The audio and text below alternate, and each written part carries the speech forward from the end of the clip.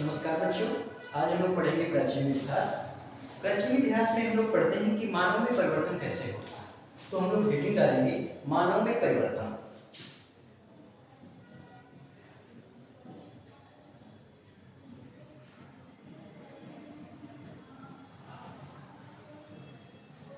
अब हम लोग बात करते हैं कि मानव में परिवर्तन कैसे होता है। धीरे धीरे मानव कैसा था और धीरे धीरे मानव बढ़ता कैसे हो गया। ठीक। तो कुछ अर्थशास्त्री हैं, मानव शास्त्री हैं, तो उनका मानना है कि 2 करोड़ वर्ष पहले 2 करोड़ वर्ष पहले 2 करोड़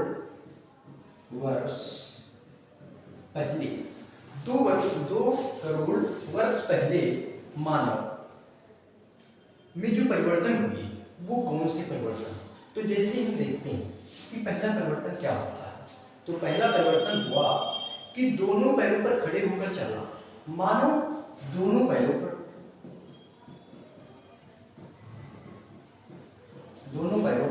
खड़ा होकर चला।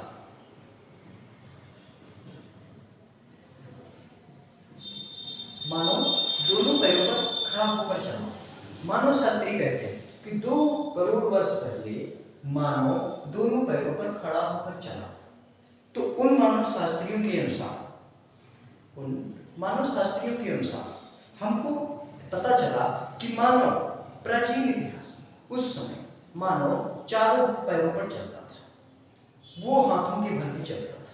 लेकिन वहां पर हम देखते हैं कि जब मानव शास्त्री बताते हैं कि 2 करोड़ वर्ष पहले मनुष्य में जो बदलाव हुआ, पहला बदलाव हुआ, तो उसमें बदलाव ये हुआ कि मानव दोनों पैरों पर खड़ा होकर चला। दूसरा बदलाव हम लोग देखते हैं कि अंगूठी की, पहले मनुष्य दोनों हाथों से, जैसे ये कोई वस्तु तो इसको दोनों हाथों से उठाता था। लेकिन मानव में परिवर्तन होता है तो मानव अंगूठे से या अंगूठी के साथ या अंगूठी को मिलाकर वस्तु को पकड़ाता। दूसरा परिवर्तन देखते हैं कि अंगूठी के साथ या अंगूठे को मिलाकर मनुष्य फिर ऐसे पकड़ना सीख गया। ठीक। तीसरा परिवर्तन हम लोग देखते हैं कि मनुष्य में तीसरा परिवर्तन कैसा हो, मस्तिष्क की आकार और क्षमता में उसके विस्तार हुआ। मनुष्य का जो मस्तिष्क इसमें विस्तार होता है। ठीक। और इसमें वृद्धि होती है। मतलब वृद्धि का मतलब ये है कि मनुष्य सोच सकता है, मनुष्य सोचना सीखने लगा था। ठीक। फिर एक और बदलाव होता है कि उस समय का मानव मानव जैसा था। लेकिन जब मानव में परिवर्तन हुआ, हम लोग मानव में परिवर्तन पढ़ रहे हैं, तो मानव में जब परिवर्तन होता है तो उस परिवर्तन में मानव क्या समझना सीखता है। पहली बात तो उसने पैरों पर चलना सीखा, दूसरी बात उसने अंगूठे को मिलाकर किसी वस्तु को पकड़ना सीखा। ठीक। फिर उसने मस्तिष्क का उसके विस्तार हुआ, उसने सोचने की क्षमता जो है बढ़ी और वृद्धि भी हुई उसके मस्तिष्क की। अब एक होता है कि मानव चौड़ाई,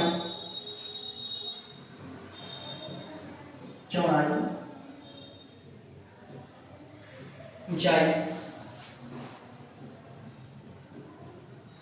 गहराई। मानव जो था वो चौड़ाई, ऊंचाई, गहराई और लंबाई इसको भी पहचान सकता था।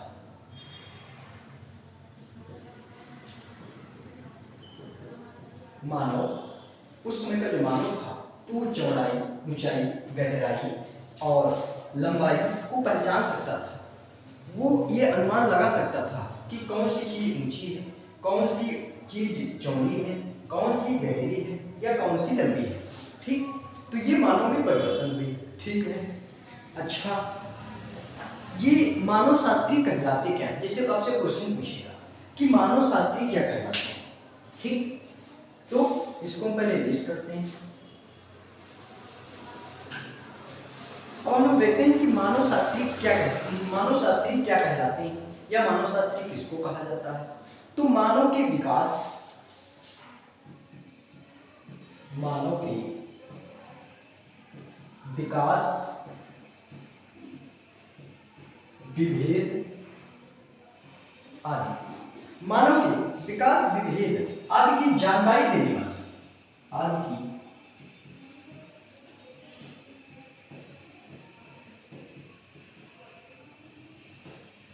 जानकारी देने वाले व्यक्तियों को मानव शास्त्री कहा जाता है।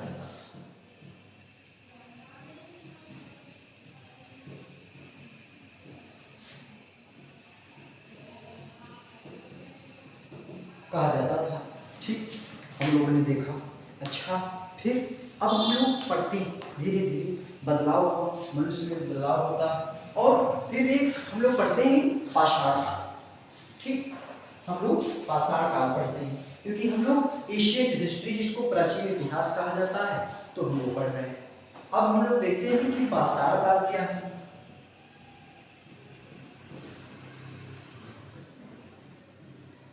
पाषाण काल क्या है? ठीक, तो पाषाण अर्थात पत्थर। पाषाण का मतलब होता है पत्थर। ठीक, काल, समय आदि। ठीक, तो पाषाण का मतलब होता है पत्थर, काल या समय। ठीक, अब पाषाण काल में क्या होता है कि पाषाण ठीक है, मानव ने अपनी रक्षा और भूख मिटाने के लिए सर्वप्रथम पत्थरों के औजार बनाए। अब मानव है, भूख लगेगी, तो मानव ने सर्वप्रथम भूख को मिटाने के लिए पत्थरों के औजार बनाए।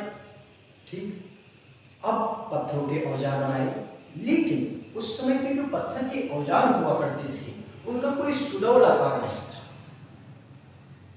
बड़े पत्थर हैं, उनको उन लोगों ने काटा, नुकीले तो बने लेकिन कोई आकार नहीं। ठीक, तो इसमें फिर इस पाषाण युग को हम लोग 3 भागों में बांट देते हैं। ठीक, पहला काल, इसको हम कहते हैं पूरा पाषाण।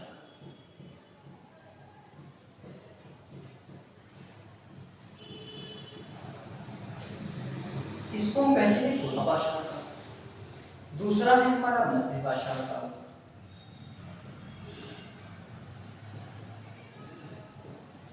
और तीसरा हमारा है नवपाषाण।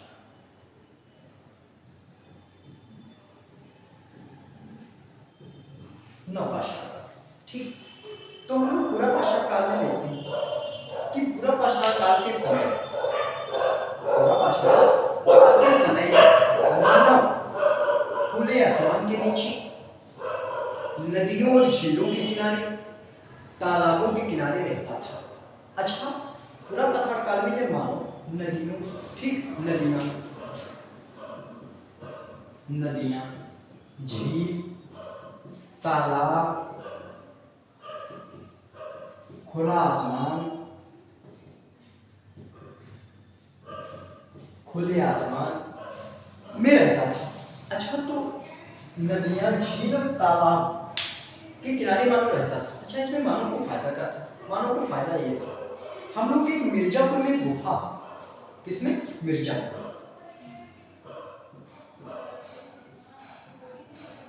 में गुफा है। उस गुफा से हमको पता चलता है कि मानव झुंड में रहता है। अब आप लोग कहेंगे कि आपको कैसे पता चलता है? मिर्जापुर में गुफा है, उसमें जो चित्र दिखे, ये चित्र जो मिले, ठीक, धीरे धीरे हम आपको आगे बढ़ाएंगे। मानव का धीरे धीरे विकास होता है और उसी विकास में मानव चित्र बनाना, औजार बनाना, ये सब सीख जाता है। ठीक, तो मिर्जापुर में गुफा है, उस गुफा में चित्र पाए गए हैं। मानव झुंड में रहता है या मानव झुंड बनाकर रहता था। झुंड बनाकर रहता था, तो इससे हमको पता चलता है कि मानव झुंड बनाकर रहता था। अच्छा, नदियां, झील, तालाब और खुले आसमान के मतलब खुले रहने का एक मतलब ये था उसका कि जब कोई जंगली जानवर पानी पीने के लिए आता था, चाहे वो नदियों में आए या झील के किनारे आए या तालाब में आए, तो वो मनुष्य जो झुंड बनाकर रहते थे उस जानवर का शिकार कर लेते थे। इसमें उन लोगों को शिकार करने में आसानी होने लगी। किनको? मानवों को। पूरा पाषाण काल की बात कर रहे हैं, ठीक, पूरा पाषाण काल की हम बात कर रहे हैं, ठीक। और इन लोग एक मुख्य भोजन इनका था जिसका नाम था कंदमूल। यहाँ आप लोग देख लीजिए, कंदमूल फल, इनका एक भोजन था कंदमूल फल। थोड़े समय बाद मानव ने गुफाओं में रहना प्रारंभ किया। अच्छा, अब आप लोग कहेंगे कि मानव उस समय का मानव गुफा बनाना नहीं जानता।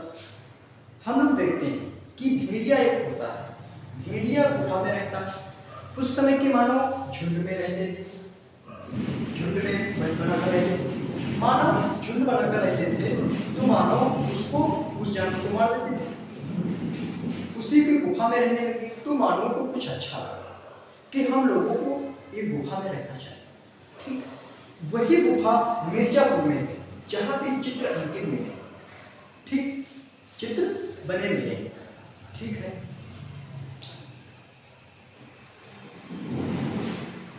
ताकि उनसे घर बनाना नहीं है, क्योंकि उनको घर बनाना नहीं आता, इसलिए गुफाओं में रहते थे, ठीक। शिकार की खोज में लगातार घूमते रहते थे मानव, ठीक है। उनके पास आवास नहीं थी, आग जलाने की उनको आग की जानकारी प्राप्त हुई थी। अच्छा, आग की जानकारी आप लोग कहेंगे आग की जानकारी कैसे प्राप्त हुई? आग की जानकारी ऐसे प्राप्त हुई कि मानव जब औजार बनाता था, औजार जब बनाता था तो पत्थरों पे जब टकराया जाता था, पत्थरों पे टकरा कर ही औजार बनाए जाते थे। तो पत्थरों से जब टकराया जाता था तब उसमें से चिंगारी निकलती, तभी से मानव आग की जानकारी प्राप्त हुई। और उस समय का मानव, मतलब हमने आपको पहले ही बता चुके हैं कि उसके मस्तिष्क में वृद्धि हुई थी, ठीक। तो उस समय का मानव मृतक शरीर, जो मृतक शरीर है, मृतक शरीर, इनको कब्र नहीं होती, कब्र में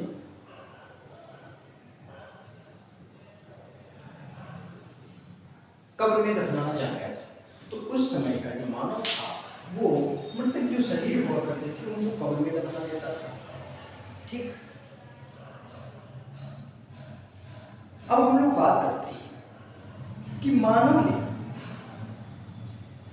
पूरा पाषाण काल में सबसे कोई एक महत्वपूर्ण बात है, ठीक है। पूरा पाषाण काल में अगर सबसे कोई महत्वपूर्ण बात है तो वो बात है, क्वेश्चन आपसे पूछेगा कि कौन से काल में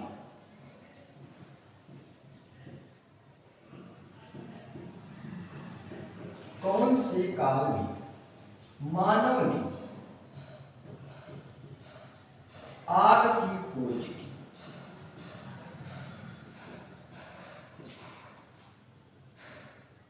कौन से काल में मानव ने आग की खोज की, ये आपसे क्वेश्चन पूछेगा। तो इसका राइट आंसर होगा पूरा पाषाण काल,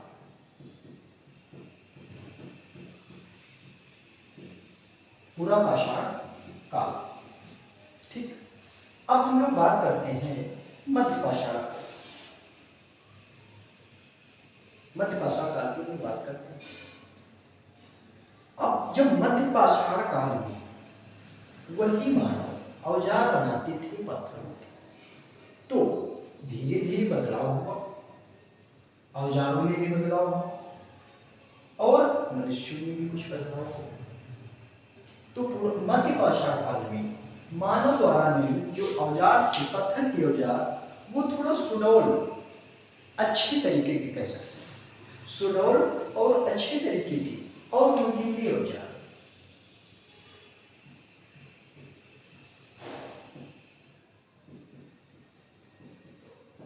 नुकीले औजार मध्य पाषाण काल में मानव नुकीले औजार बनाता था, इस तरीके के।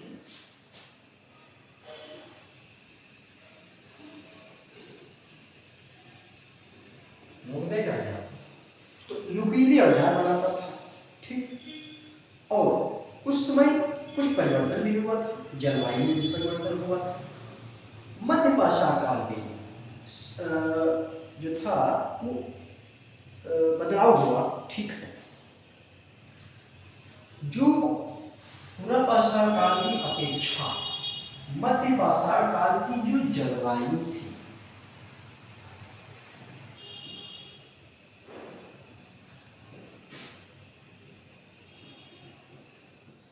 मध्य पाषाण काल की जो जलवायु थी उसमें भी परिवर्तन हुआ। कैसे कैसे परिवर्तन हुआ? मध्य पाषाण काल में नुकीले औजार बने, जलवायु में परिवर्तन हुआ। ठीक, जलवायु में भी परिवर्तन हुआ, फसल भी होने लगी, हरे हरे घास के मैदान भी मिलने लगे। कैसे? पूरा पाषाण काल में बर्फ ढके रहते थे। क्यों बर्फ इसलिए ढके रहते थे? क्योंकि तब आग की खोज हुई थी। जब आग की खोज पूरा पाषाण काल में नहीं हुई थी, उससे पहले बर्फ सब बर्फ ही जमा रहता था। क्यों? क्योंकि उस समय का जो वातावरण या तापमान जो था वो बहुत कम था। लेकिन जब मध्य पाषाण काल में मानव ने जब मानव ने पूरा पाषाण काल में खोज की, जब मध्य पाषाण काल में मानव ने आग जलाना प्रारंभ किया तो बर्फ पिघला।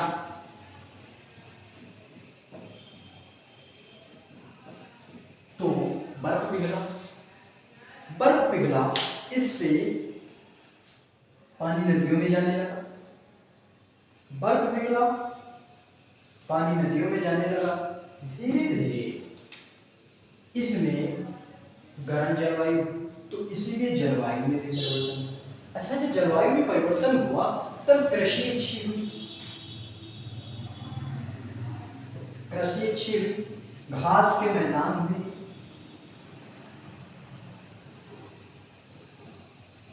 घास के मैदान भी हुई। ठीक, और पृथ्वी की जो उर्वरक शक्ति थी, उसमें भी शक्ति का भी विकास हुआ। ठीक, वनस्पतियां पैदा हुई, घास को खाने वाले छोटे जानवर पैदा हुए। उन छोटे जानवरों में सबसे जो महत्वपूर्ण जानवर है या जो सबसे पहले जानवर पैदा हुए थे उनमें था जैसे हिरण, खरगोश। जब घास के मैदान हुए, बर्फ पिघला, घास के मैदान हुए और भूमि की जो उर्वरक शक्ति थी वो भी वृद्धि हुई, उस उर्वरक शक्ति में भी वृद्धि हुई, तो अब घास खाने वाला भी होना चाहिए। तो उस समय फिर जानवर पैदा हुए छोटे छोटे। उन छोटे जानवरों में हिरण था, खरगोश था, ठीक है, भेड़ थी और बकरी थी। ठीक, और बकरी भी थी। ठीक, मानव अपनी आप उगी घासों को एकत्र करने में लगा था। इन घासों में कई आज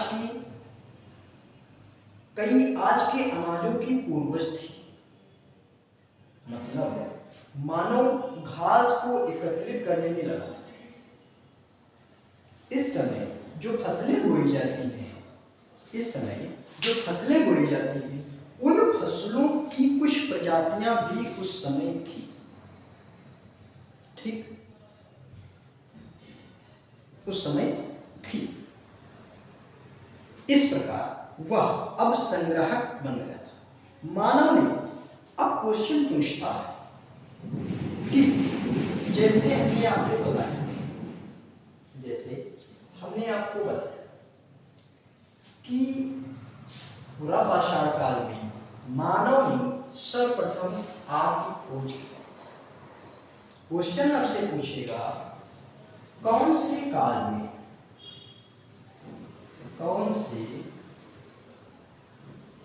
में मानव ने मानव ने कौन से काल में मानव ने कौन सा जानवर पाला?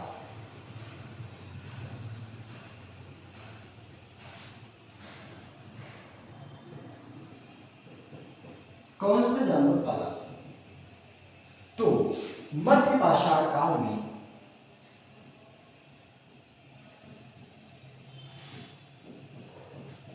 मानव ने सर्वप्रथम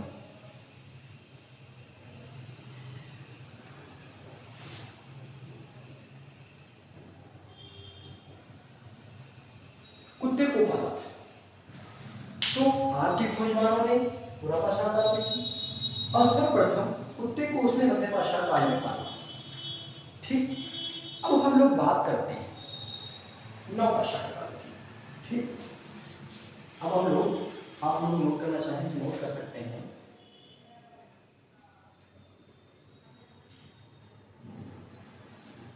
ओके,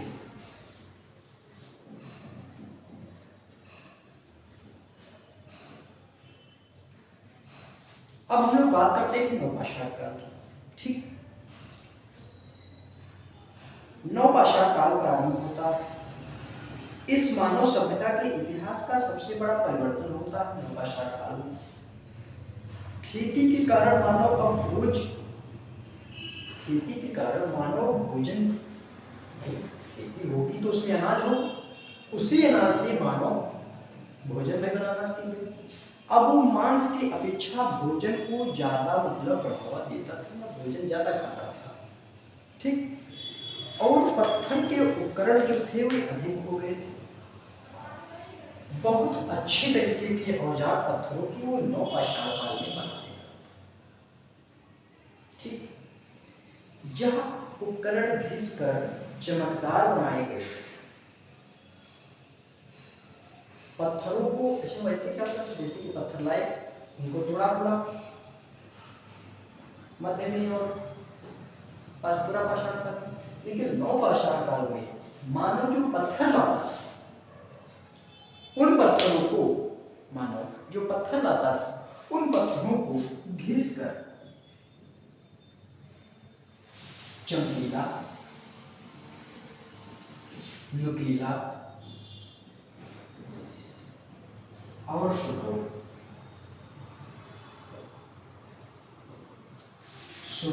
बनाता था। ठीक, सुडौल बनाता था। अच्छा, सर्वप्रथम अगर हम लोग बात करते हैं कि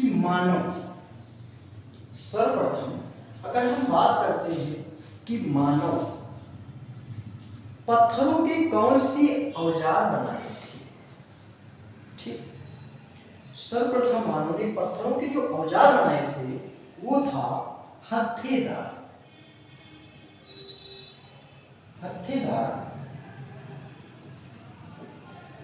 कुल्हाड़ी, ठीक, एवं हंसिया।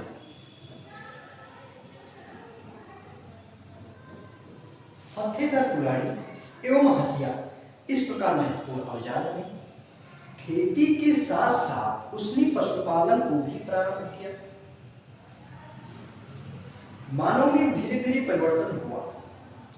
जंगलों में उसको जानवर नहीं मिलते, अब उसने पशुपालन करना प्रारंभ किया। ठीक, मानव पशुपालन करना प्रारंभ करता है। ठीक, पशुओं का प्रयोग मांस व दूध के लिए किया जाता था। अच्छा, जब उस समय मानव जानवर पालता था या पशु पालता था तो उन पशुओं से उसका एक मुख्य स्रोत होता था। वो किस लिए पालता था? तो नवपाषाण काल का जो मानव था वो जानवरों को मांस, भाई ये जंगली जानवरों में तो जाएगा नहीं, तो इसलिए वो भाई जानवर पाला तो मांस और दूध के लिए जानवर पालता है, मांस और दूध के लिए भाई जानवर पालेंगे। मानव अपने खेतों के आसपास मिट्टी के घर और घास फूस के छप्पर वाले घर में रहने लगा। धीरे धीरे बस्तियां और गांव हो गए। भाई धीरे धीरे परिवर्तन होता है। मानव अपने पैरों पर चलना सीखता है, धीरे धीरे परिवर्तन हुआ। मानव नवपाषाण काल की बात चल रही है। नवपाषाण काल में मानव अपने खेती में खेती करता था, उसने घास इकट्ठा की, तो घास इकट्ठा की, धीरे धीरे उसने खेती प्रारंभ किया। तो अपनी खेती के आसपास, ये खेती है, इस खेती के आसपास उसने घर बनाना प्रारंभ किया। अब घर का है कि बनेंगे, तो ये मिट्टी के घर, मिट्टी के घर, और इस पे फूस,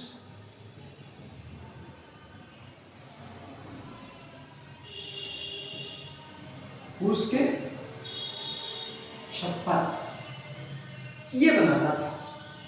कुल्हाड़ी और हंसिया से क्या किया जा सकता भाई, उसने औजार बनाया तो कुल्हाड़ी और हंसिया से क्या किया जा सकता है, ये क्वेश्चन आता है कि यार कुल्हाड़ी और हंसिया से क्या, तो कुल्हाड़ी से हम पेड़ को काट सकते हैं, जो हम लोगों को नहीं करना चाहिए। ठीक है, हमारी आज की सरकार जो है वो वनों को लगवा रही है, लेकिन किसी भी वस्तु को काटने के लिए, मतलब कोई भी वस्तु नहीं है, अक्सर लोग जो है वो कुल्हाड़ी को लकड़ी काटने के लिए प्रयोग करते हैं। हंसिया से हम लोग सब्जी काट सकते हैं, बहुत से अनेक तरह तरह के काम है जो हंसिया और कुल्हाड़ी से भी कर सकते हैं। ठीक, अब मिट्टी के बर्तन बनाना भी चल गए थे भाई उस समय। इस तरीके के जो हम लोग आज प्रयोग करते हैं बर्तन, स्टील है, एल्यूमिनियम है, तो इस तरीके के बर्तन तो होते नहीं, तो उसने मिट्टी के बर्तन बनाए, मिट्टी के बर्तन बनाना सीखा। ठीक, बर्तनों पर नक्काशी और चित्र, भाई आप बर्तन बनाते हैं, हमने आपको बताया कि मिर्जापुर वाली गुफा में चित्रित होगी, क्योंकि मनुष्य और उस समय का मानव जो था वो मिट्टी के बर्तन बनाए। अब वो चित्र बनाना भेजा गया तो उन पे नक्काशी बनाया और उस पे चित्र भी बनाए, चित्रकलाएं भी बनाए। ठीक, अब इसी समय मानव ने पहिए का आविष्कार किया था। आपसे क्वेश्चन पूछता है, ये आप लोग नोट कर लीजिए। इसी समय मानव आपसे क्वेश्चन पूछेगा कि किस समय, क्वेश्चन है आपका, प्रश्न है किस समय मानव ने पहिए का आविष्कार किया।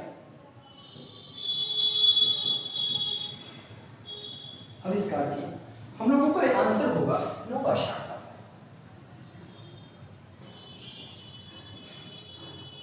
नवपाषाण काल में मानव ने पहिया का आविष्कार किया और वो भी लकड़ी का,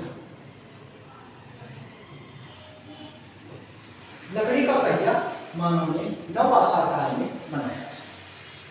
ठीक, इसका प्रयोग चाक के रूप में किया जाता था। अच्छा, उसमें मतलब पहिए का आविष्कार तो हो गया, नहीं, गोल गोल पहिया तो बन गई। ठीक, लेकिन अब इतना हम मानते हैं कि धीरे धीरे बदलाव हुआ, लेकिन इतना बदलाव नहीं हुआ था कि अब उसको बैलगाड़ी बना के चलने लगे। तो उसने पहिए का आविष्कार किया, लेकिन इसका जो प्रयोग है तो वो चाक के रूप में करता था। ये वो वाले चाक नहीं जिससे हम लोग लिखा करते हैं, ये वो वाले चाक है जो कुम्हार के वहां आप देखते हैं, एक इस तरीके का होता है और इसमें चाक लगा दी जाती है, फिर उसको घुमाया जाता है, उस पर मिट्टी रखी जाती है और उसी से जो कुम्हार होता है, ठीक, वो कुम्हार इसी से उसी पे घुमाते घुमाते उस चाक को घुमा देता है और उसी से बर्तन बनाता है। ठीक, तो इसने पहिए का आविष्कार तो किया, लेकिन उसका प्रयोग जो किया वो चाक के रूप में किया। ठीक, इसका जो प्रयोग है वो चाक के रूप में किया। खेती के कारण लोग एक ही जगह रहने लगे थे। भाई अब जहां हम लोग खेती करेंगे वहीं तो रहेंगे। ठीक, तो मनुष्य जो था वो खेती का प्रयोग किया उसमें, तो खेती की प्रयोग या खेती करने के कारण मनुष्य एक ही जगह पर रहने लगा था। फलस्वरूप हम लोग देखते हैं कि नए नए कौशल विकसित हुए। जैसे अब हम लोग क्या देखते हैं, ठीक, अब हम लोग देखते हैं कि समय बीतता गया, ठीक, अब हम लोग नवपाषाण काल में जी रहे हैं, ठीक, हम लोग नवपाषाण काल में जी रहे हैं। देखिए नवपाषाण काल, हम लोग नवपाषाण काल में जी रहे हैं। फलस्वरूप हम लोग क्या देखते हैं कि मानव में परिवर्तन होता है और मानव जो नहीं देखते हैं आप लोग देहाती क्षेत्रों में मूंज उसको कहते हैं, ठीक, तो मानव मूंज की टोकरी बनाना, मानव मूंज की टोकरी बनाना, चटाइयां बनाना,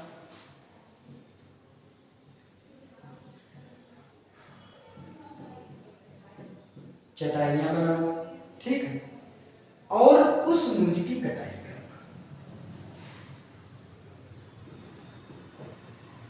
ठीक, कटाई करना, जानवरों के बालों से कपड़ा। अब हम लोग देखते हैं कि अभी आपको जो है हमने पढ़ाया कि मानव ने हिरण, जब घास का आविष्कार होता है, मतलब घास उगती या आविष्कार हुआ या उगती है, तो हिरण पैदा होता है, भेड़ पैदा होती है, बकरी पैदा होती है। उस समय नवपाषाण काल में मानव जो था वो भेड़ की ऊन, भेड़ की ऊन से कपड़ा, नवपाषाण काल में मानव भेड़ की ऊन से कपड़ा बनाना, ठीक। और अब हम लोग देखते हैं कि मानव धीरे धीरे सामुदायिक रूप में जीने लगा था, ठीक, सामुदायिक रूप में जीने लगा। सौ को अपनाने के ढंग से इनके धार्मिक विश्वास में वृद्धि होती है। क्या होता है कि ये जब सौ को अपनाना मतलब चालू किए थे, सौ को जब इन्होंने अपनाया तब ये जानते हैं कि कोई धार्मिक काम नहीं होता है, ईश्वर को नहीं मानते थे। इन लोग ईश्वर को मानना भी प्रारंभ करें तो धार्मिक कार्यों में भी वृद्धि होती है, ठीक, धार्मिक कार्यों में भी वृद्धि होती है। अब फिर उन्होंने कहा कि सौ के साथ जो मृतक शरीर होता है, मृतक शरीर,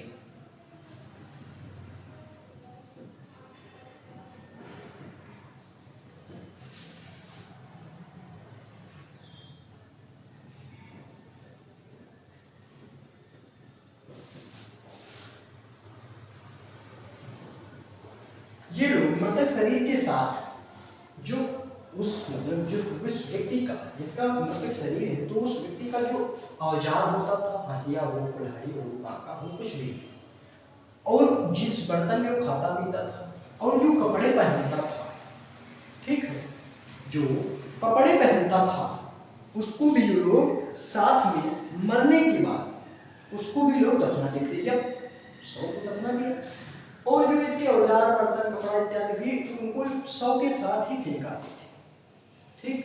तो ये था हम लोगों ने पढ़ा प्राचीन इतिहास के कुछ पाषाण काल। पाषाण माने होता है पत्थर, समय या काल, ठीक है। उस पाषाण काल में हम लोगों ने पुरापाषाण काल, मध्य पाषाण काल और नवपाषाण काल को पढ़ा। आप लोग बताइए कि हमने कैसा पढ़ाया है, ठीक है। जय हिंद।